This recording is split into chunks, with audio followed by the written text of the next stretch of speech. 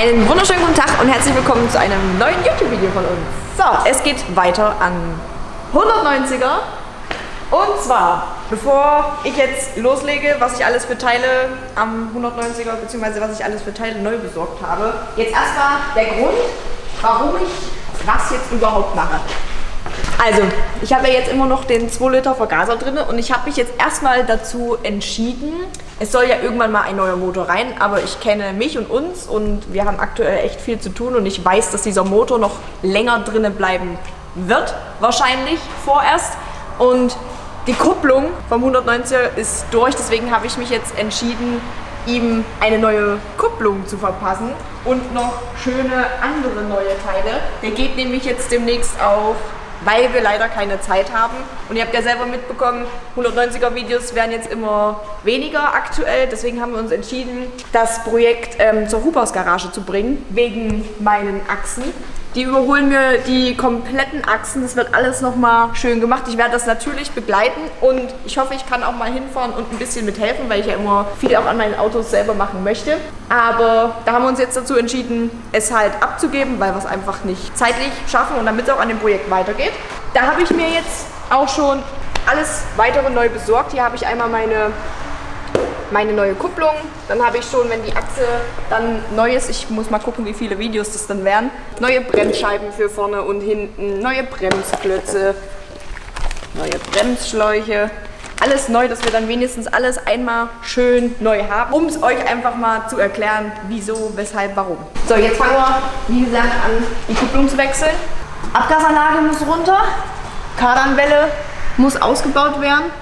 Aber ich finde, so schlimm schaut er jetzt gar nicht mehr von unten aus. Ich meine, ja klar, die Achse jetzt noch ein bisschen, aber wenn die gemacht ist, dann schaut er von unten echt gut aus. Ja. Nur so, die Basis ist doch... Die Basis ist echt massiv. top. Das sind halt die ganzen Anbauteile, weißt du, hier so ja, rostige Bleche vom Auspuff, aber wenn du das alles wegschraubst, bleibt nicht mehr viel. Also. Ja, wie gesagt, Kardanwelle weg, dann Getriebe runter und dann können wir die Kupplung tauschen. Dann nehmen wir euch jetzt dabei mit. Und was auch jetzt noch neu und cool ist, wo ich mitmachen darf, es gibt nämlich eine neue Plattform, die nennt sich MyHood. Da macht der 190er übrigens auch mit, da werde ich mein Projekt vorstellen, da könnt ihr mein 190er Projekt begleiten. Und das ist mehr so für Hobbyschrauber und auch für professionelle Schrauber. Da könnt ihr quasi auch eure Autos hochladen oder euch Videos von anderen Schraubern anschauen. Und die können direkt immer alle Teile, die sie zum Beispiel verwenden, mit dort reinhauen. Da habt ihr alles auf einen Blick, auf einem Sicht und ihr könnt auch euch in Gruppen oder in Foren direkt unterhalten. Finde ich mega cool und bin froh, dass mein 190er damit machen darf. Jetzt will ich aber auch nicht mehr so viel erzählen und ich würde sagen, spendieren ihn mal eine neue Kupplung. Und ich bin gespannt, was er jetzt dazu sagt, dass der alte Motor erstmal drinnen bleibt.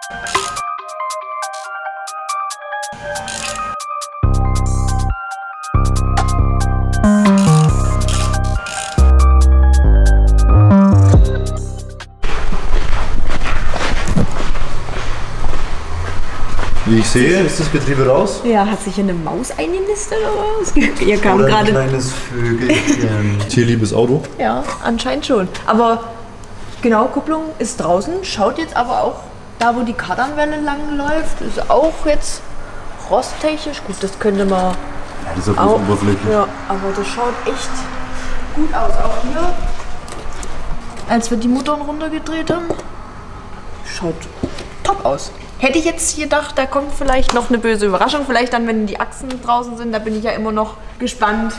Hast du das gedacht? Da bin ich immer noch gespannt, wie die Karosse an den Aufnahmepunkten von der Hinterachse dann ausschaut. Wir sind einfach gespannt. Auf jeden Fall, was haben wir gemacht? Kardanwelle haben wir ausgebaut, dann haben wir das Getriebe runtergehoben, dann haben wir die Kupplung ausgebaut. Es sind keine Schrauben abgerissen, es ging alles wunderbar raus. So ölig wie der ist, kann das auch Ja, gar nicht abreißen. also, ihr könnt es euch auch gerne mal anschauen. Also Getriebe ist ölig, der Motor ölt, er ist süffig. Aber er läuft und macht keine Probleme. Spaß den Ölwechsel? Ja, wir können jetzt Alle gerne... 1000 Kilometer ein Liter? Wir können uns gerne mal das Getriebe anschauen. Ihr seht das auch wirklich. Also bevor ich das einbaue, mache ich das auf jeden Fall nochmal sauber, denn so baue ich das nicht nochmal ein. Dann seht ihr auch den ganzen Kupplungsstaub und Dreck. Aber sonst sieht es noch top aus. Hardy-Scheibe war kaputt, die haben wir jetzt noch schnell bestellt. Die kommt auch gleich noch, dass wir das dann wieder zusammenbauen können. Hier liegt meine alte Kupplung. Vielleicht können wir so eine kleine Kupplungskunde machen. Woran sehe ich jetzt genau, dass diese Kupplung kaputt ist?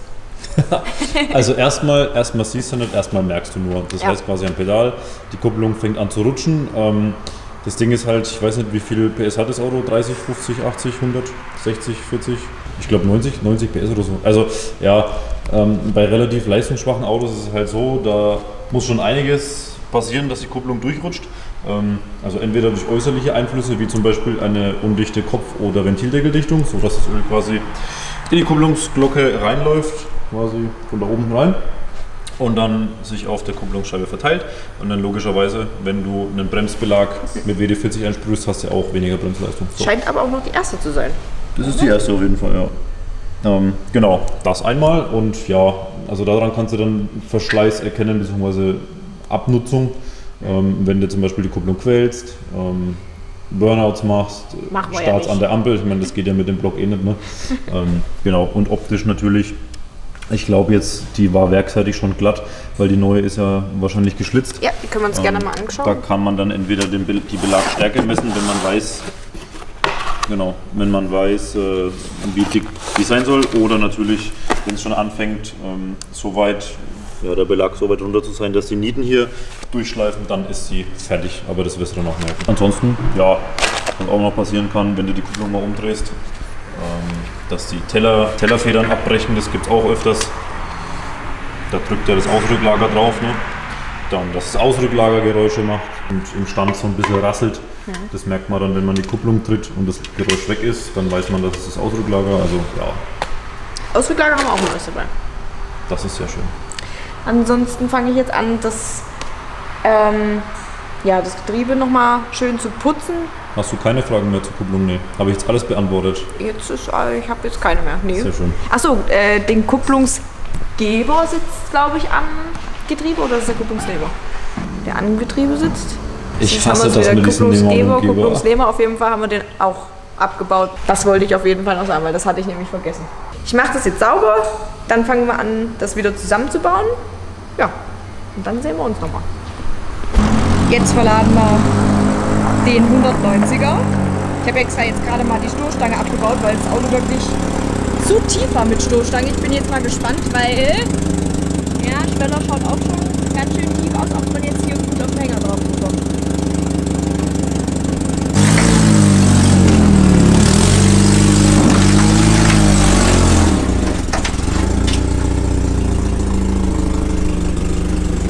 Das schaut doch gut aus. Vor allem gerade wie der 190er jetzt gerade ausschaut. Ich glaube, wenn uns jetzt welche auf der Autobahn sehen, die denken eher, das war ein Scheunenflug. So, Auto ist verladen und jetzt geht's Richtung Regensburg zur Hubers Garage. So, wir sind jetzt gerade bei der Hubers Garage wieder angekommen. Ein bekanntes Gesicht. Sind das hier schon meine neuen Teile, die hier liegen? Richtig. Schöner neuer Achsträger. Hast du dir schon mal meins angeschaut? Oder du kannst ja wahrscheinlich denken, wie es ausschaut, oder? Kannst du dir mal kurz noch mal erklären, was haben wir denn hier bei meinem Projekt vor? Du hast es ja schon einmal gemacht. Ja, Hinterachsträger auf jeden Fall mal neu, alle Querlenker neu mit PU-Buchsen und vorne neue Querlenker, neue Lenkgestänge und Bremsen, Radaufhängung, eigentlich alles. Wollen wir es uns noch mal kurz angucken? Ja. Es haben schon viele gesagt, jetzt ist er außen hui, obwohl er jetzt außen gerade auch gar nicht hui ausschaut. Ich weiß jetzt gar nicht, ob man das so schön sehen kann. Aber du bist es wahrscheinlich gewohnt. Die schauen wahrscheinlich von unten, wenn man nichts gemacht hat, alle gleich aus. Richtig, genau. Du hast gesagt, du bist mit der Höhe vorne nicht so einverstanden. Nee, also ich fand es eigentlich gut, dass er vorne nicht Ich schaue es so mir nochmal tief ist. an, aber da ist auf jeden Fall mehr Potenzial. Also es geht noch ein Stückchen. Ja, genau. Also ich muss ehrlich sagen, ich fand jetzt die Höhe gar nicht so schlecht, weil jetzt kam er auch Und ich hatte ein bisschen Angst, Stoßstange vorne habe ich ja abgebaut. Ja, genau. Und ich hatte ein bisschen Angst wegen Schweller, aber war optimal. Ja. Ja, dann würde ich sagen, ich übergebe mir jetzt in gute Hände Ja. und bin froh, dass er uns da ein bisschen Arbeit abnimmt. Wie gesagt, wir kommen ja bestimmt nochmal vorbei und würden dir auch gerne helfen und filmen auch wieder, wenn Klar. du sagst, ja. Klar. Und da würde ich ihn dir da lassen. Mach's gut. Ja. Wir haben jetzt das Auto bei der Hubers Garage abgegeben. Ich werde auf jeden Fall nächste Woche dann nochmal vorbeikommen, weil ich ja gerne mithelfen möchte. Wir werden uns jetzt wieder auf dem Rückweg machen. Und an der Stelle würde ich mich auch gleich bei euch verabschieden. Lasst mir wieder einen Daumen nach oben da. Wenn ihr wieder irgendwelche Fragen habt, schreibt es in die Kommentare. Und dann würde ich sagen, sehen wir uns im nächsten Video. Macht's gut!